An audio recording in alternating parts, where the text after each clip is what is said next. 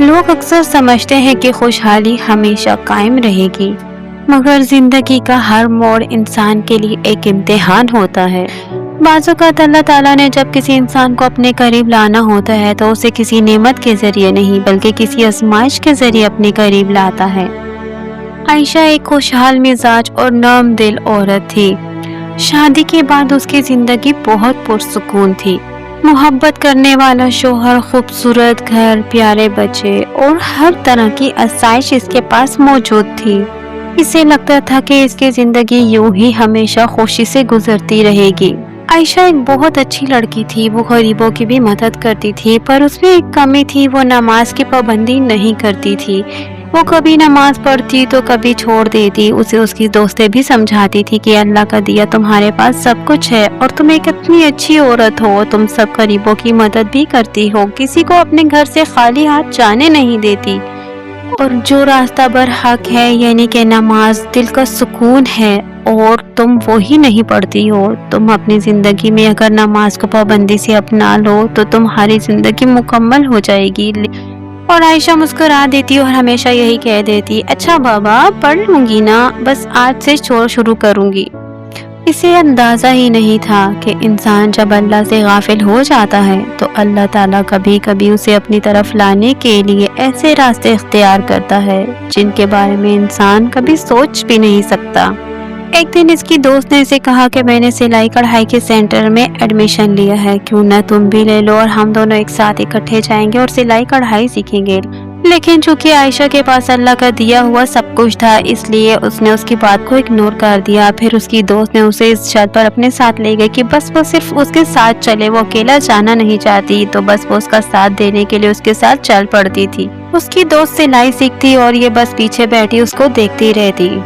کہتے ہیں نا کہ جب انسان مسلسل کسی چیز کو دیکھتا رہے تو چاہے سیکھے نہ سیکھے اس کے دماغ میں وہ بات بیٹھ بھی جاتی ہے۔ کچھ ایسا ہی عائشہ کے ساتھ بھی ہوا تھا۔ عائشہ کے دماغ میں بھی یہ باتیں بیٹھ چکی تھی اور کچھ نہ کچھ طریقہ وہ سیکھ بھی چکی تھی، اور عائشہ اپنی دوست کو دیکھتے دیکھتے وہ بھی انٹرسٹ لینے لگی تھی اور تھوڑا بہت کا وہ بھی کچھ نہ کچھ کر ہی لیتی تھی۔ لیکن خیر پوری طرح اس نے کٹنگ کرنا نہیں سیکھی تھی، لیکن وقت کروٹ یوں لے گا اس کو معلوم نہ تھا۔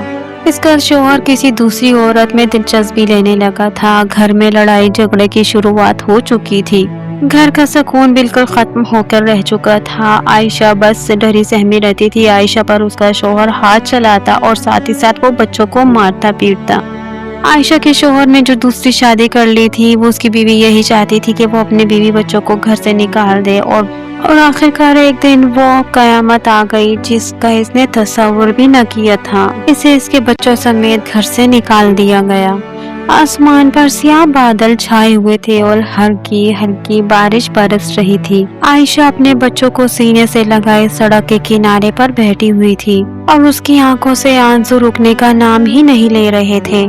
اسے کچھ سمجھ نہیں آ رہی تھی کہ وہ کہاں جائے، کس سے مدد مانگے، اپنے بچوں کو کہاں لے کر جائے۔ اس کا تو مائکہ بھی کوئی نہیں تھا، اس کے جو ماں باپ تھے وہ بھی مر چکے تھے۔ اس کے ماں باپ کے پاس ان کا جو کچھ بھی تھا وہ بھی انہوں نے اپنی بیٹی کے نام کر لیا تھا، لیکن بیٹی کو کیا معلوم تھا کہ اس کا شوہر اپنے محبت کے جال میں پھنسا کر اس کا سب کچھ اس سے چھین لے گا۔ اس کے بچے خوف اور بھوک کے مارے اپنی ماں سے لپٹے ہوئے تھے۔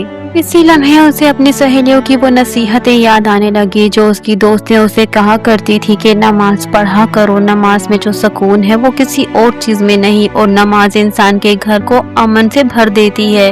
اس نے آسمان کی طرف دیکھا اور ٹوٹے ہوئے دل سے اپنے رب سے فریاد کی، یا اللہ، آج میرے پاس کوئی نہیں، نہ کوئی گھر ہے نہ سہارا، اگر تو میرا ہاتھ نہ تھامے تو میں کہاں جاؤں؟ میرے بچوں پر رحم فرما اور میرے لیے کوئی راستہ پیدا کر دے۔ وہ روتی رہی اور اپنے دل کا سارا درد اپنے رب سے بیان کرتی رہی۔ ابھی کچھ ہی وقت گزرا تھا کہ ایک بوڑھی عورت وہاں سے گزری۔ اس کی نظر عائشہ اور اس کے بچوں پر پڑی اور وہ وہیں پر رک گئی۔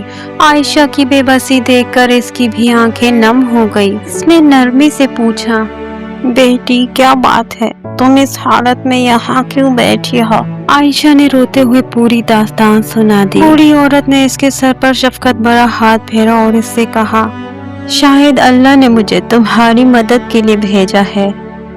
وہ عورت خود بھی ایک ٹوٹے پھوٹے اور معمولی سے مکان میں رہتی تھی، لیکن اس کا دل بہت بڑا تھا۔ وہ عائشہ اور اس کے بچوں کو اپنے گھر لے گئی اور انہیں کھانا کھلایا اور انہیں آرام کرنے کی جگہ بھی دی۔ اس رات کئی دنوں بعد عائشہ نے سکون کا سانس لیا۔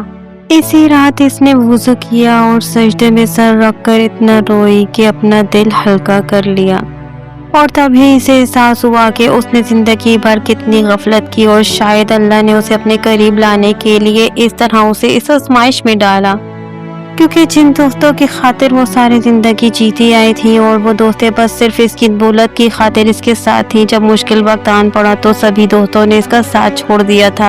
تب اس نے دل سے اللہ کو پکارا اور اللہ کی مدد فوراً آ پہنچی۔ اس دن کے بعد سے اس نے ٹھان لیا کہ اب وہ اللہ کا راستہ کبھی نہیں چھوڑے گی۔ اسی دن سے اس کی زندگی بدلنی شروع ہو گئی۔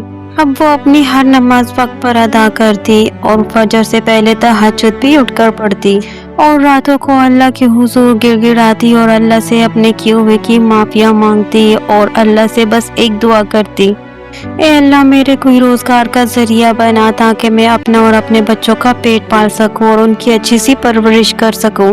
وہ کسی سے بھی کچھ نہیں مانگتی تھی اور نہ ہی کسی سے کوئی مدد مانگتی تھی۔ اسے اب بس یقین ہو گیا تھا کہ جب اللہ مدد کرتا ہے تو میں کسی اور سے مدد کیوں مانگوں۔ چند دن بعد اس بوڑھی اماں نے عائشہ سے پوچھا کہ بیٹی تمہیں کوئی ہنر آتا ہے، اور اسے بڑے پیار سے بات کرتی ہے اور اسے سمجھاتی ہے کہ میں خود بوڑھی ہو چکی ہوں، میں تمہارا خرچہ پوری طرح نہیں اٹھا پاؤں گی، لیکن تمہیں رہنے کے لیے چھت ضرور دے سکتی ہوں، اور میں یہ چاہتی ہوں کہ تم اپنے پاؤں پر کھڑی ہو جاؤ اور تم سلائی کرنا شروع کرو۔ تبھی عائشہ نے بوڑھی اماں سے بولا کہ میں سلائی کڑھائی کرنا بھی نہیں جانتی، کیونکہ میں بہت ہی آسائشوں والی زندگی گزار رہی تھی، مجھے تو اس بات کی امید نہ تھی مجھ پر بھی ایسا وقت آئے گا۔ میری دوستوں نے مجھے لاکھ کہا کہ ہمارے ساتھ سلائی کے سینٹر چلو اور سلائی سیکھ لو، یہ ایک بہت اچھا ہنر ہے، لیکن میں نے ان کی باتوں کو ہنسنے میں ٹال دیا۔ ہاں، اپنی دوست کا ساتھ نبھانے کے لیے میں دوستی کے چکر میں ضرور اس کے ساتھ جایا کرتی تھی سینٹر، اور اسے وہ کام کرتے ہوئے میں دیکھا کرتی تھی، بس وہ تھوڑا سا ہی طریقہ میرے ذہن میں ہے، اس سے زیادہ میں کچھ بھی نہیں جانتی۔ وہ بوڑھی عورت مسکرائی اور اسے کہا کہ اللہ نے تمہیں دیکھ کر سیکھنے کی صلاحیت عطا فرمائی ہے اور تم اسی صلاحیت کا استعمال کرو، کچھ مدد میں تمہاری کروں گی۔ یہ کہہ کر اس نے عائشہ کے ہاتھ میں سوئی اور دھاگا تھما دیا۔ عائشہ نے جب سلائی کرنا شروع کی تو بوڑھی اماں بھی اس کی مدد کرتی تھی، لیکن سیکھتے ہوئے اسے بہت مشکلات کا سامنا کرنا پڑتا تھا، کبھی سلائی ٹیڑھی ہو جاتی تو کبھی کیا ہو جاتا، لیکن اس نے ہمت نہ ہاری۔ ہر مرتبہ ناکامی کے بعد وہ 2 رکعت نفل پڑھتی اور اللہ سے دعا کرتی کہ اے اللہ مجھے ہنر میں کامیاب کرنے والا تو ہی ہے۔ اس کے دل میں بس اب اس بات کا یقین ہو چکا تھا کہ وہ کوشش کرے گی اور اللہ اس کی مدد کرے گا، اور ہر مرتبہ وہ بار بار کوشش کرتی رہتی۔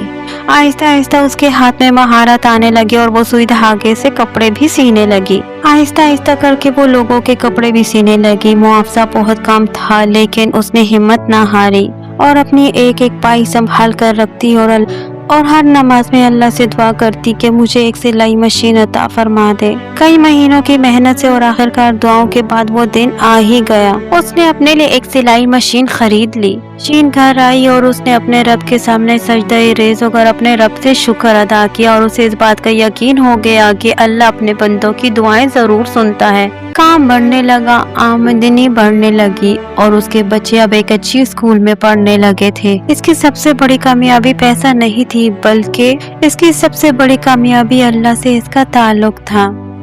بس اس کی کامیابیاں، اس کی دعاؤں کی قبولیت نے اس کو اس قدر بدل دیا تھا کہ وہ تو بس اب ایک اللہ کی ہو کر نہ صرف اپنا روزگار چلایا بلکہ اپنے بچوں کو ایک اچھی اسکول میں تعلیم دی، اور نہ صرف تعلیم دی بلکہ ان کی دینی تعلیم پر بھی بہت توجہ دی۔